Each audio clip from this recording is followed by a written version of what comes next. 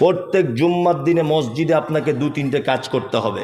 এক, মসজিদে ঢুকেই 2 রাকাত সালাত আদায় না করে আপনি বসবেন না। খুতবা চলুক, যে অবস্থাতেই আপনি দেখেন, গিয়ে হালকা করে 2 রাকাত সালাত আদায় করে নেবেন। হালকা বলতে যে দোয়া বাদ দেবেন তা বলছি না। সুবহান রাব্বিয়াল আজিম 10 বার বলতেন, সেখানে 3 বার বলবেন। সুবহান রাব্বিয়াল আলা 15 বার বলতেন, সেখানে 3 বার বলবেন মিনিমাম। সূরা ফাতিহার পরে ইয়াসিন সূরার 1 রুকু পড়তেন, সেটা ইন্না আতাইনাটা পড়বেন। এইরকম ছোট্ট করে 2 রাকাত পড়ে নেবেন। 2, মসজিদে গিয়ে প্রথমেই আপনাকে আরেকবার দেখে নিতে হবে যে মসজিদের ডান দিকে বাম দিকে কোনো মুসাফির, কানা কোঁড়া, ল্যাংড়া, ফকির, মিসকিন এরা কেউ এসেছে কি না। কি বললাম বুঝলেন? যদি কেউ এসে থাকে, সাথে সাথে নামাজের পরেই তার হাতটা ধরে বলুন, ভাই আপনি আমার বাড়িতে চলুন, একটু ডাল ভাত খাবেন, চলুন, কিছু অন্তত খাবেন। আর একটা আপনাকে উপদেশ দিই, মাছ মাংস তো প্রতিদিন প্রায় খান, জি, শুক্রবারের দিন একদম মাছ মাংস আপনার লিস্টের ভিতরে যেন থাকেই শুক্রবার। এতে আপনার 2টো কাজ উপকার হবে। 1, আপনি নিজে খেতে পাবেন। 2 নম্বর হচ্ছে মেহমান এলে হঠাৎ করে আপনি মেহমানের মান সম্মানটা বাঁচাতে পারবেন আপনার নিজের বাড়ির। যাই হোক, এই উপদেশ আপনাকে দিলাম। চলুন, আর একটা বাকি রয়েছে। আল্লাহ নবী সাল্লাল্লাহু আলাইহি ওয়াসাল্লাম আবু তালহাকে ডেকে বলছেন, আবু তালহা, এই তোমার বিবির খবর কি বলো তো? তোমার বিবিকে আমি জান্নাতের ভিতরে দেখে এলাম, কারণ কি? আবু তালহা বলছেন, আল্লাহ রাসূল, আমরা তো তেমন ভালো কাজ করিনি, তবে একদিনের একটা ভালো কাজ আছে। আল্লাহ রাসূল বলছেন, বলো। হঠাৎ করে বিশ্ব নবীর দরবারে মেহমান চলে এসেছে। আওয়াজ হচ্ছে, কে?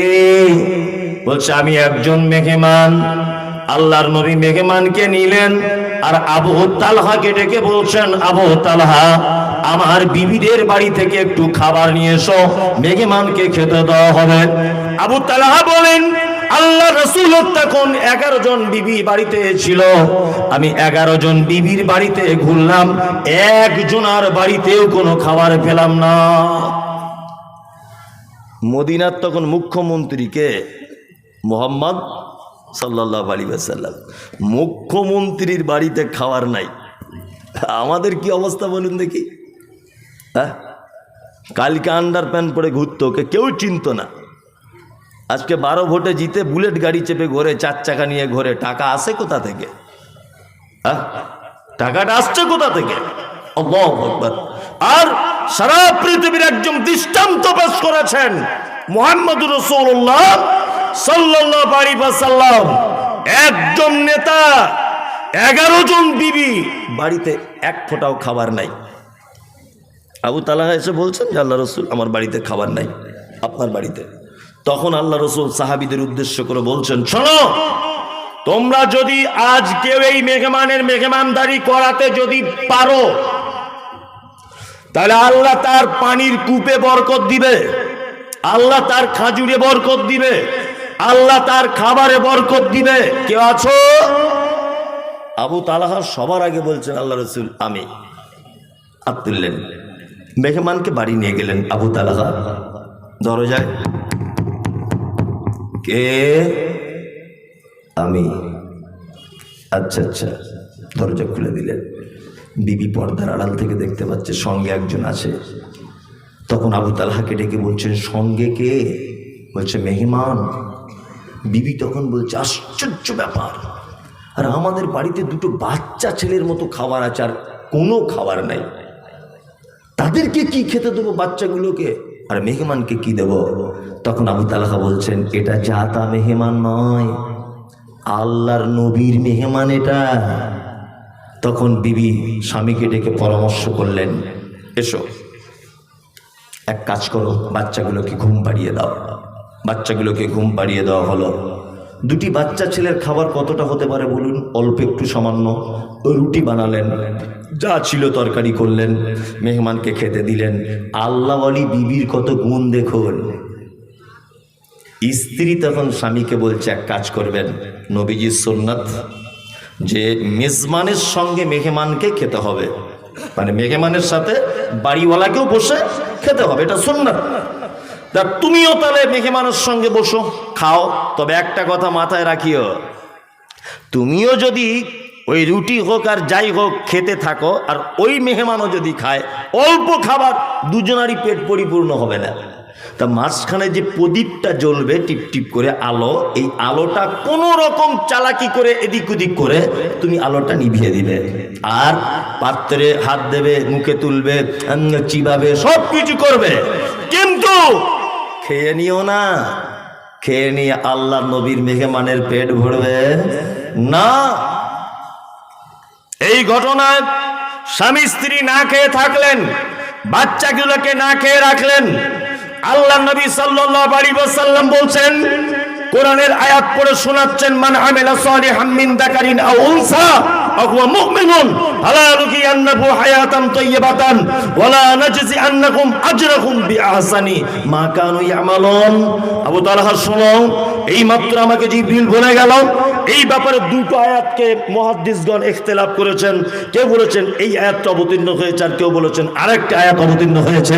যাই হোক, আল্লাহর নবী বলছেন, আবু তালহা, নারী পুরুষ যে কেউ হোক, তারা যদি ঈমানের অবস্থাতে ভালো কাজ যদি করে, হায়াতান তাইয়্যিবাতান, আল্লাহ তাদেরকে উত্তম জীবন দান করেন পৃথিবীতেই।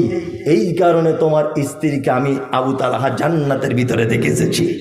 সেই রাতের এই কাজ আল্লাহ এত খুশি হয়েছে, তোমাদের স্বামী স্ত্রীর এই কৌশল আল্লাহ এত খুশি হয়েছে।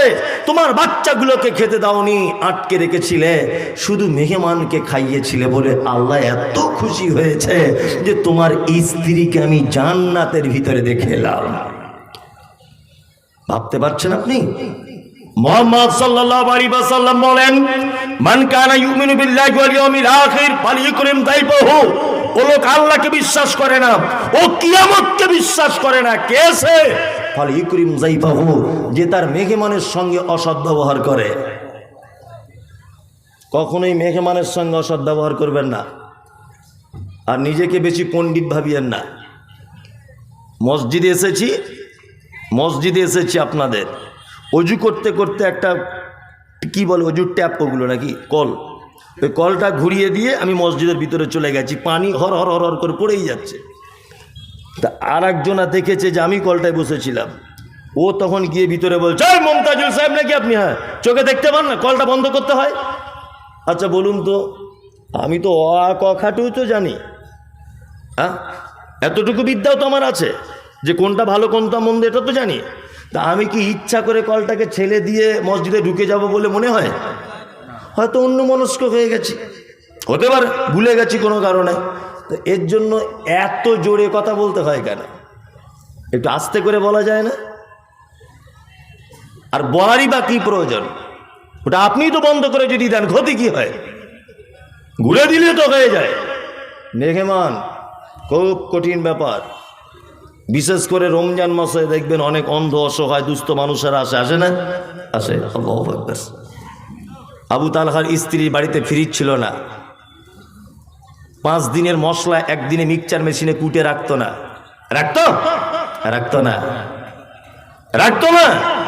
তারপরেও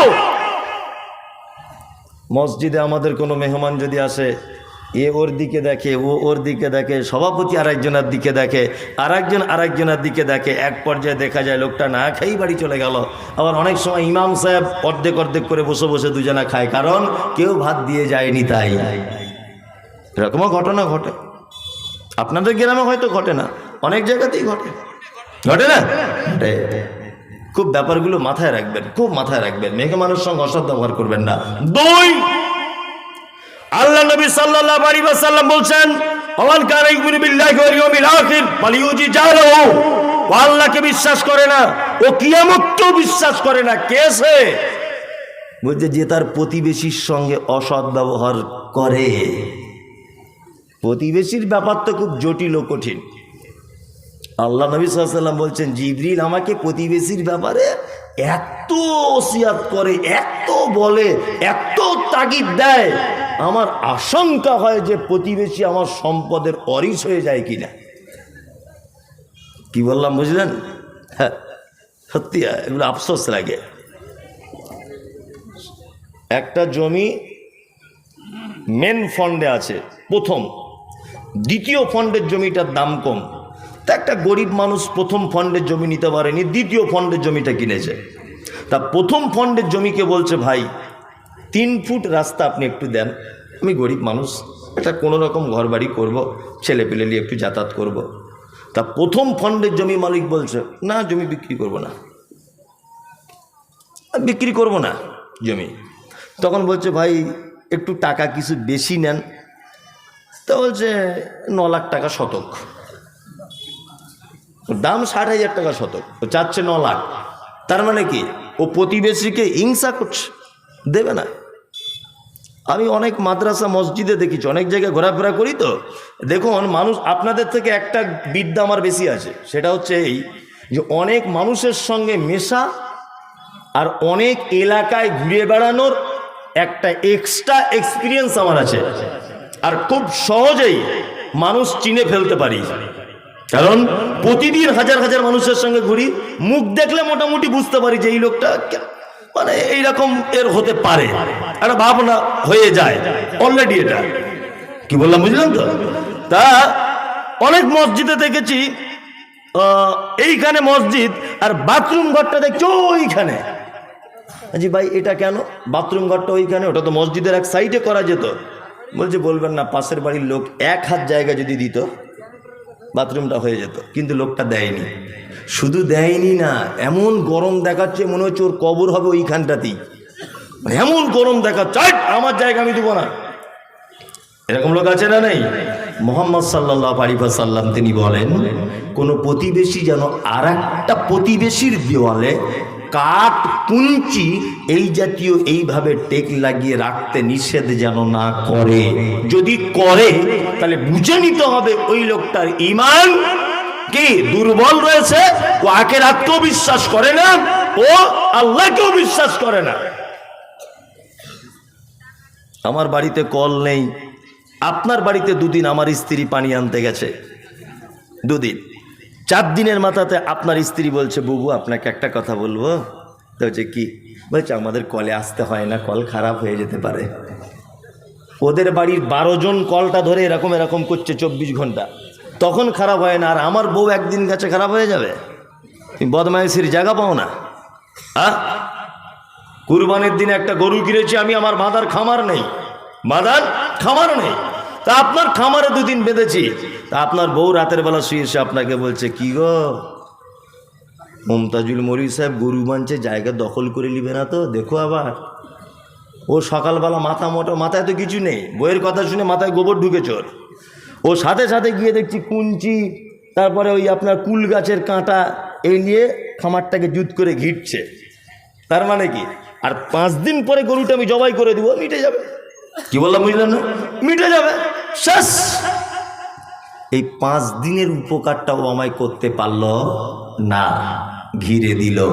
মুহাম্মদ সাল্লাল্লাহু আলাইহি ওয়াসাল্লাম বলছেন, না কখনোই নয়।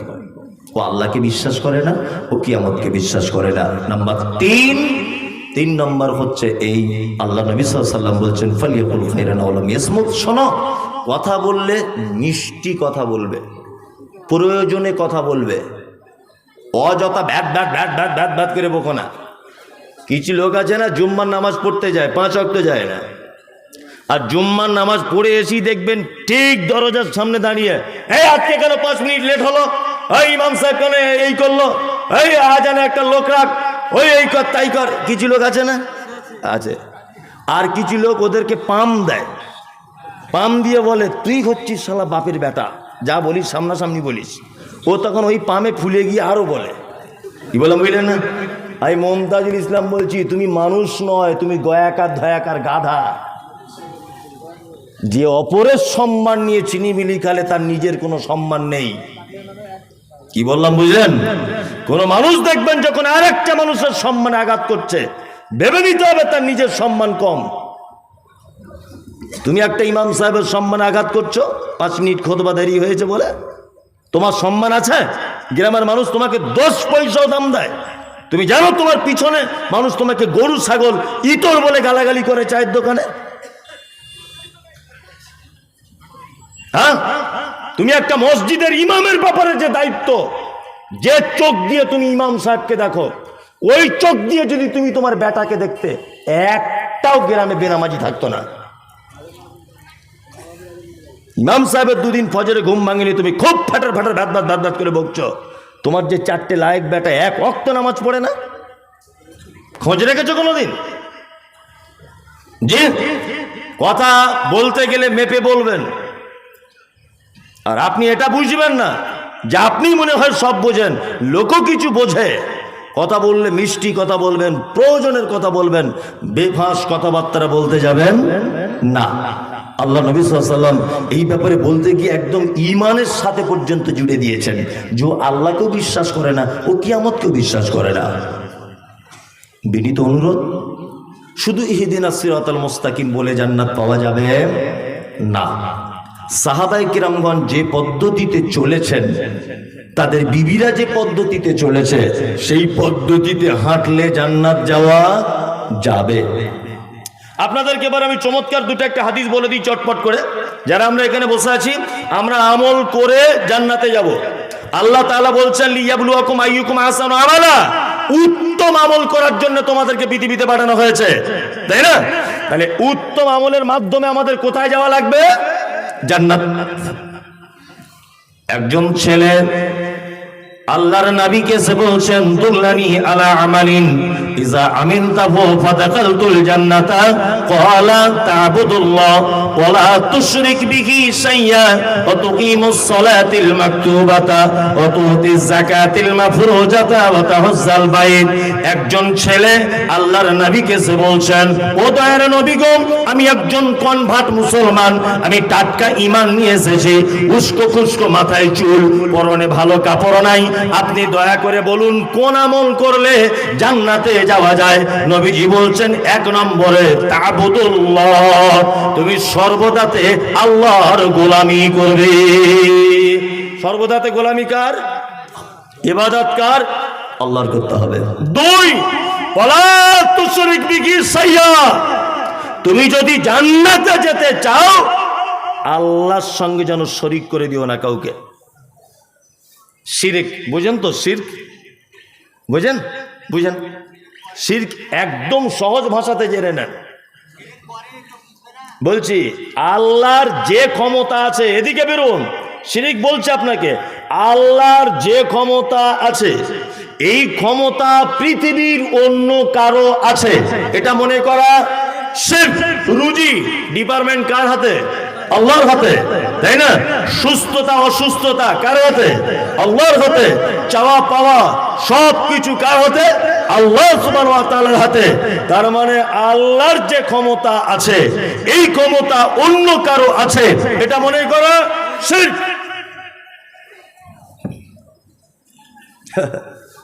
কিছু ছেলেকে দেখতে পাচ্ছি লাল সুতো পরে ঘুরছে হাতে, লাল সুতো। জোরে কোথায় কোথায় পেলি? বলছে আজমির শরীফের সুতো। আজমির শরীফ, আচ্ছা আচ্ছা আচ্ছা। তাহলে আজমিরে ঝুট মিল আছে নাকি? এত সুতো সাপ্লাই দেয় কি করে? এত সুতো সাপ্লাই দেয় কি করে আজমির শরীফ? জুট মিল আছে ওদের? হুগলি জেলার হয়তো ডানকুনি জুট মিলের সুতো ও রং করে ওইখানে চলে গেছে, ওইটা হয়ে গেছে বরকতের সুতো। হচ্ছে কি হচ্ছে না? সব শিরক। লাল সুতো, কালো সুতো, গাছ, তাবিজ, মাদুরি সব কি শিরক। মারাত্মক বড় পাপ। একটা আশ্চর্য ঘটনা আপনি শুনুন। ছোটবেলা থেকে আমরা শুনে এসেছি একটা কথা, যে কিছু মানুষ তারা জাহান্নামের আযাব খাটতে খাটতে খাটতে খাটতে কোনো একদিনের জন্য হলেও তারা জান্নাতে আসবে। শুনেছি না? শুনেছি। এরা কারা? জাহান্নাম থেকে মুক্তি পেয়ে জান্নাতে আসবে, এরাও এক কোয়ালিটির ঈমানদার। তাদের ঈমান ছিল, কিন্তু কাবিরা গুনাহতে লিপ্ত ছিল। লা ইলাহা ইল্লাল্লাহ, আল্লাহ ছাড়া কোনো সত্য উপাস্যক নেই, এটাও জানতো।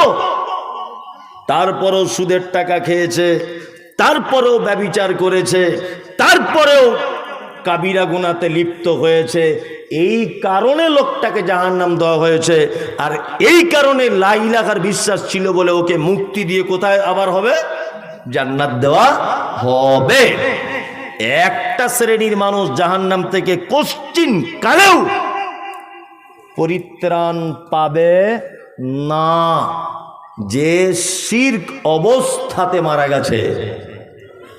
কোন লোক যদি মাজারে পূজা করতে করতে, ওই যে ঠাকুর পূজা, ওই যে চাদর চড়ানো, ওই যে সিন্নি দেওয়া, মাজারে মানত করা, এইগুলো করতে করতে করতে করতে যদি লোকটা মারা যায়, অবশ্যই জাহান্নামে তো যাবেই যাবে, এবং কোশ্চিন কালেও জাহান্নাম থেকে তাকে মুক্তি দেওয়া হবে না। শিরক ভয়ঙ্কর পাপ, করিয়েন না। এই পাপ করলে সব থেকে আল্লাহ সুবহানাহু ওয়া তাআলা বেশি রেগে যান। সব থেকে বেশি রাগে কিসে? শিরক করলে। ওয়ালা তুশরিক বিহি শাইয়্যা। নবীজি বলছেন ছেলেটাকে, তুমি জান্নাত যেতে চাও, কখনোই যেন শিরক করবে না। 2 হলো 3 তাকিমুস সালাতিল মাকতুবাতা, ফরজ সালাত অর্থাৎ ফরজ নামাজ ছেড়ে দিও না। আপনারা তো নামাজ পড়েন আলহামদুলিল্লাহ, সকলেই পড়েন তো ফরজ সালাত? অনেকেই পড়ে। যাক, নামাজের ব্যাপারে বলা উচিত নয়, এখানে সব নামাজই বসে আছে। ও বলছে এইখানের মধ্যে 10 জন হয়তো পড়ে, যেটা বুঝেছে সেটা বুঝেছে। আমাদের সমাজে 4 কোয়ালিটির নামাজই পাওয়া যায়। কত কোয়ালিটির? ভালো করে শুনুন তবে যাবেন। সারা জীবন তো ঘুমিয়েছেন, আজকে একটু নয় একটু কম ঘুমান, বছরে একদিন তো। 4 কোয়ালিটির। এক কোয়ালিটির হচ্ছে যারা জোহরে যায় আসরে থাকে না, মাগরিব এশাতে থাকে, ফজরে ঘুম ভাঙে না, এই এক কোয়ালিটির। 2 শুধু জুম্মায় যায়। 3 ঈদুল ফিতর, ঈদুল আযহা। 4 5 ওয়াক্তই পড়ে না জেনে পড়ে, 5 ওয়াক্তই পড়ে না জেনে। যদি বলছেন কেমন, চাচাকে জিজ্ঞাসা করছি, চাচা কত বছর নামাজ পড়ছো? বলছে 30 বছর হবে। আচ্ছা আচ্ছা, বেতের নামাজের দুয়ায় কুনুতটা বলো তো। আমি কি আর পারি, বয়স হয়ে গেছে, অত বড় দুয়া কি আর মুখস্থ করা যায়? আমার স্মৃতিশক্তি কমে গেছে বাপ, আর মনে রাখতে পারছি না, চোখে কম দেখি, 2 টাকা কম দেন ও ঠিক বুঝতে পেরে যাবে, বুঝতে পারবে না? হ্যাঁ, পরের জমি আল কেটে কীভাবে বড় করতে হয় এই জ্ঞান ওর আছে, ও টনটনে জ্ঞান। পরের জমি আল কেটে দিয়ে বেঁকিয়ে দিয়ে মসজিদে এসে বলছে কাতার সোজা করে লাও, না তো নামাজ হবে না। এরকম লোক মুর্শিদাবাদে নেই, আমাদের ওদিকে আছে। না আমি বলবো না, এদিকে বললে মারবে। ওরে বাবা, আমার এমনি এখন ভয় চলছে, যেখানে যাচ্ছি লোক বোম টোম মারছে, আমি ওতে নাই। আপনাদের দোষ দেবো না, মুর্শিদাবাদের লোক ভালো, আমাদের ওদিককার লোক এরকম।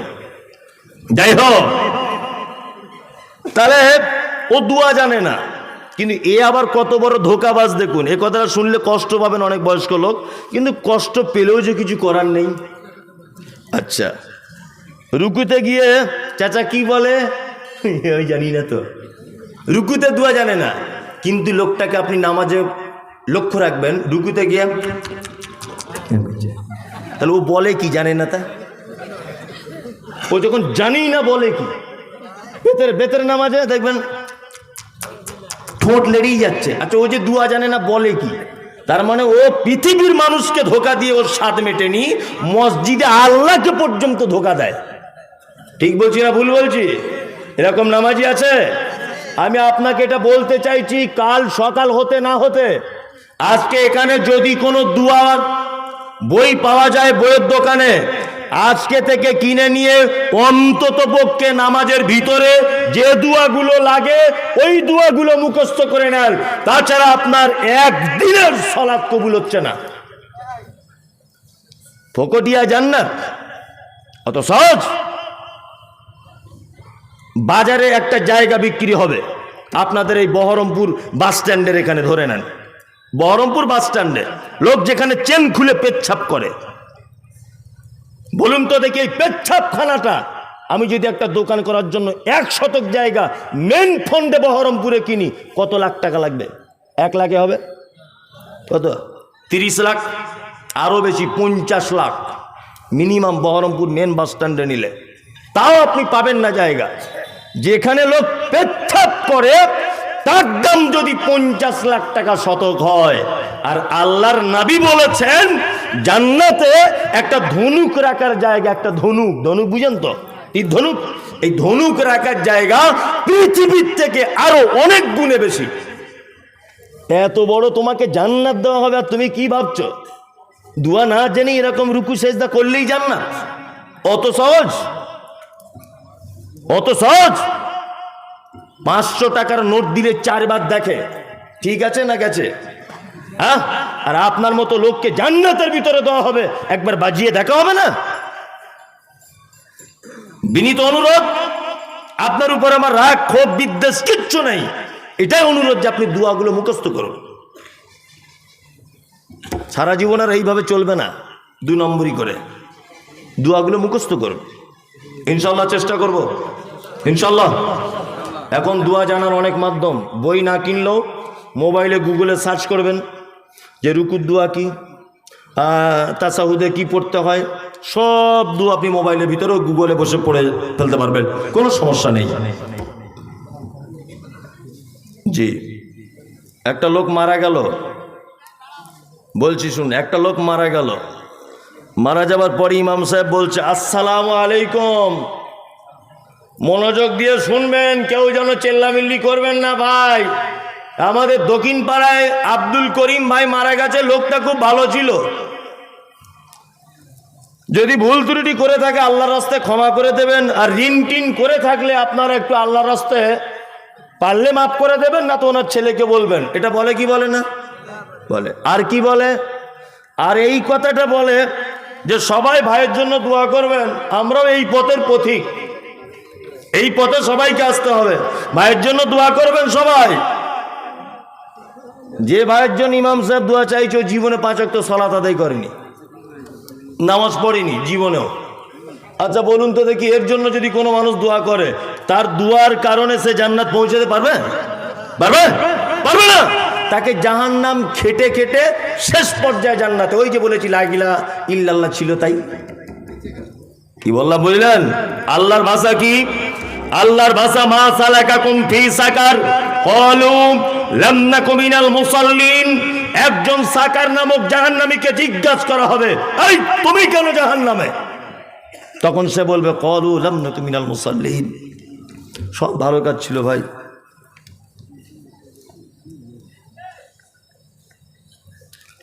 কি হলো ভাই, কি হলো? তখন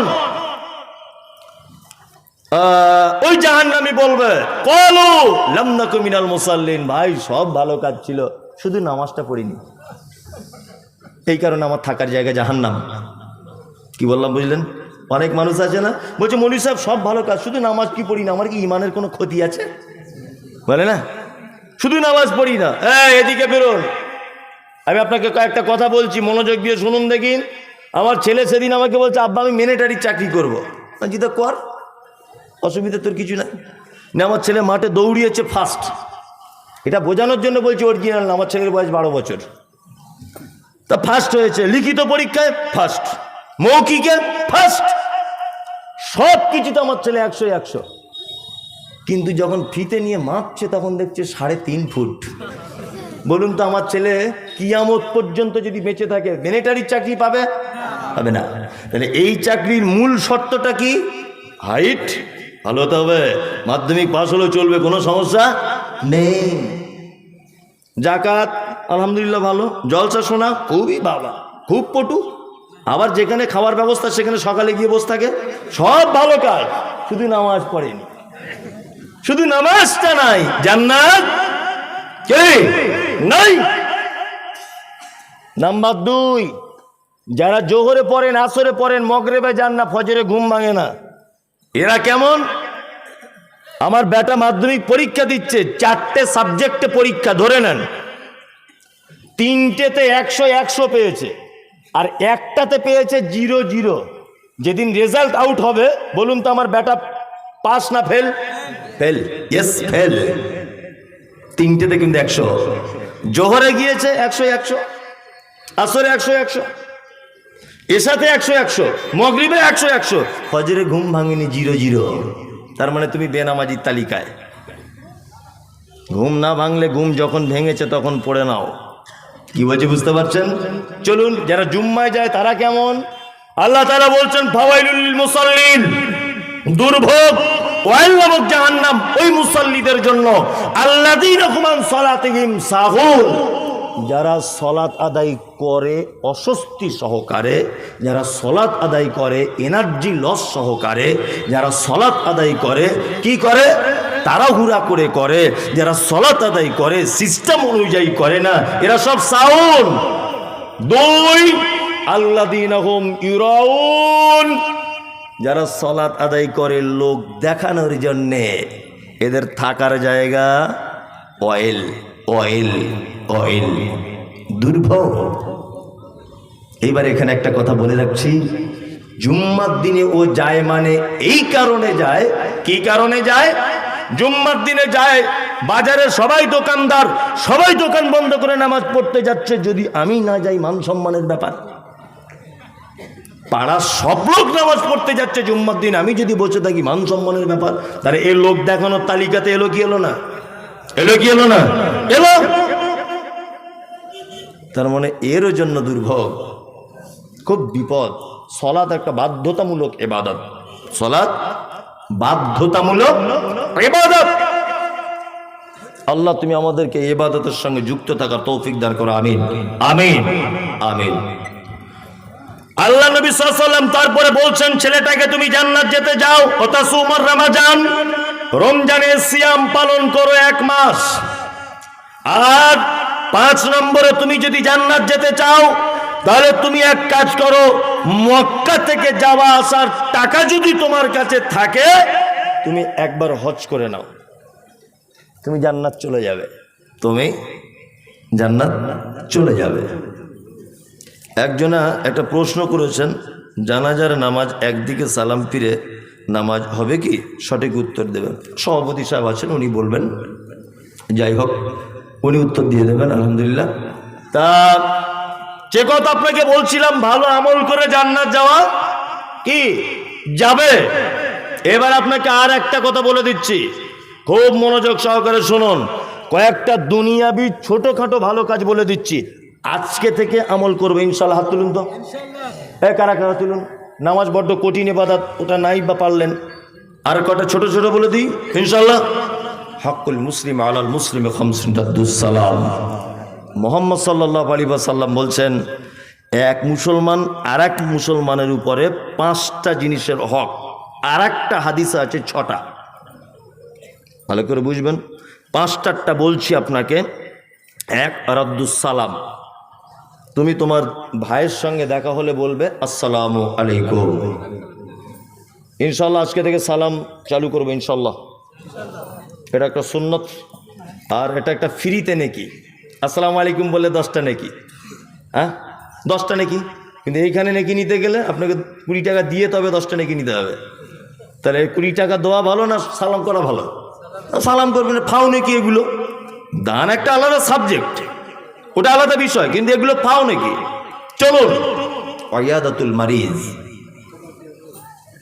কোনো মানুষ অসুখে যদি পড়ে যায় দেখতে যাবেন। দেখতে গেলে নাকি কি আল্লাহ নবী সাল্লাল্লাহু আলাইহি সাল্লাম বলেছেন, কেউ যদি সন্ধ্যাবেলা কোনো অসুস্থ মানুষকে দেখতে যায়, দেখতে যাওয়ার পদ্ধতি আছে। গিয়ে মাথায় হাত দিবে, দিয়ে বলবে লা বাসা তাহুরুন ইনশাল্লাহ। বাংলায় এইভাবে বলবেন, যদি আরবিতে না পারেন, যে ভাই তুমি কোনো টেনশন করো না, আল্লাহ নিশ্চয় তোমাকে ভালো করে দেবে। এতটুকু কথা বলবেন, আল্লাহ তোমাকে ভালো করে দেবে, আল্লাহ তোমার হয়তো পরীক্ষা করছে। একটা কথা মাঝখানে বলে রাখছি, এটা জেনে রাখা ভালো হবে, যে হঠাৎ করে পাড়ায় একটা লোক 2 বছর অসুখে বিছানায় পড়ে আছে, আর কিছু লোক কি বলছে, এমনি পড়ে আছে, কম পাপ করেছে জীবনে, বলে কি বলে না? বলে একদম না, আপনি ভুল বলেছেন। শুনুন, যার পরীক্ষা যত কঠিন তার প্রাইজ তত ভালো। আল্লাহ তাআলা কোনো মোমেনের যখন কল্যাণ চান, বিভিন্ন অসুখ দিয়ে পরীক্ষা করেন। যে লোকটা 2 বছর যাবৎ বিছানায় পড়ে আছে, ও যদি শুধু একটু ধৈর্যটা যদি ধরে যে আল্লাহ তুমি আমায় পরীক্ষা নিচ্ছ না, আমি তোমার পরীক্ষা দিতে প্রস্তুত, তাহলে দেখবেন আপনার থেকে ও কিয়ামতের মাঠে বড় জান্নাতে গিয়ে বসে আছে। যার যত দাম পরীক্ষা কঠিন, তার ফলাফল তত মিষ্টি, খুব ফলাফল মিষ্টি। হ্যাঁ হ্যাঁ খবর দেন। পিপলখোলার মিনারুল ভাইকে আছেন, মুর্শিদ মৌলানার বাড়িতে আপনার বাড়ির মেয়ে লোক আছে, বাড়িতে যার জন্য খুব বসে আছে, অপেক্ষা করছে, একটু তাড়াতাড়ি চলে যান। যে কথা বলছিলাম যে অসুস্থ মানুষকে দেখতে যাবেন, কেউ যদি সন্ধ্যাবেলাতে যায়, সকাল আবার আগ পর্যন্ত আসমানে ফেরেশতারা তার জন্য কল্যাণ কামনা করে, যে দেখতে গেছে, রুগীর জন্য নয়। তাহলে দেখতে যাওয়া লস না লাভ? লাভ। ইনশাল্লাহ পাড়া প্রতিবেশীকে অসুখে পড়ে গেলে দেখতে যাব ইনশাল্লাহ। ওয়াইত্তিবাউজ জানাইজ, যদি কেউ মারা যায় তুমি তার সালাত আদায় করো। আর একটা কথা মাঝখানে বলে দিচ্ছি, এই কথা কেটে দেওয়ার চেষ্টা করিয়েন না হুঁশ মোটা করে, না পড়ে কোনো কথা কাটবেন না। আমি পড়ে এসে তত্ত্ব নিয়ে প্রমাণ নিয়ে তবে বলছি। পশ্চিম বাংলার বিখ্যাত আলেম 10 জন থাকলে তার ভিতরে একজন আব্দুল হামিদ ফায়েজি আল মাদানী, নাম শুনেছেন? শুনেছেন? পশ্চিম বাংলায় বাঙালি লেখকদের ভিতরে 1 নম্বরের লেখক, যিনি 200-র কাছাকাছি ইসলামিক বিভিন্ন বিষয়ে বই লিখেছেন, 200। তার মধ্যে একটা বইয়ের নাম হচ্ছে জানাজা দর্পণ, আমার গাড়িতে আছে, বিক্রির জন্য নয় পড়ার জন্য রেখেছি। জানাজা দর্পণ নামক বই এখানে কোনো দোকান থেকে কিনে নেবেন। 67 নাম্বার পৃষ্ঠায় উনি উল্লেখ করেছেন এই কথাটা, জানাজা কার পড়া যাবে কার পড়া যাবে না। তিনি বলেছেন একটা মানুষ যদি বেনামাজি অবস্থায় যদি মারা যায়, তাহলে মান সম্মান পাড়া প্রতিবেশীর রক্ষার জন্য জানাজা পড়তে কেউ যেতে পারে, তবে তার জন্য যেন দোয়া না করে। কি বললাম বুঝলেন? বলছে কোনো বেনামাজি জানাজা কেউ পড়লে পড়তে পারে, তবে যেন দোয়া না করে। উনি নিজে লিখেছেন বইটায়। জি, উনি বলছেন যে তার জন্য যেন দোয়া কেউ না করে, মানে উনি নামাজের তাগিদ দিয়েছেন, এতই তাগিদ দিয়েছেন। আল্লাহু আকবার। আমি ফতোয়া দিচ্ছি না, আপনি বুঝেন না, কথা শেষ করেন না, তার আগে কেন কথা বলছেন? আমি বলতে চাইছি যে নামাজের তাগিদ দিচ্ছেন কত দেখুন। আল্লাহু আকবার।